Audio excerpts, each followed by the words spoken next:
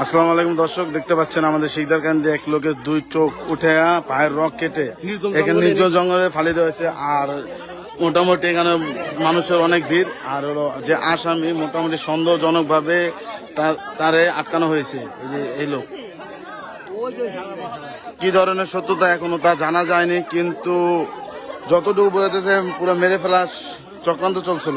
কোন রকম ভাবে বাচ্চা আছে, এখনো পাবলিক এটাকে ধরার কোনো সাহস পেতেছে না, কারণ কি এটা তো ডাইরেক্ট পুলিশ ছাড়া ধরা কোনোভাবে সম্ভব না।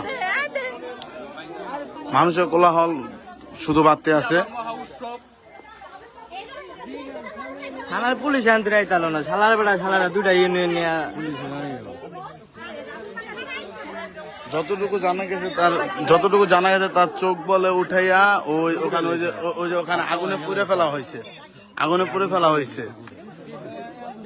সবাই লাইভটা শেয়ার করে দেই, কারণ কি দেশের যে অবস্থা, মানুষের বাঁচার এখন মানুষ মারলেও কোনো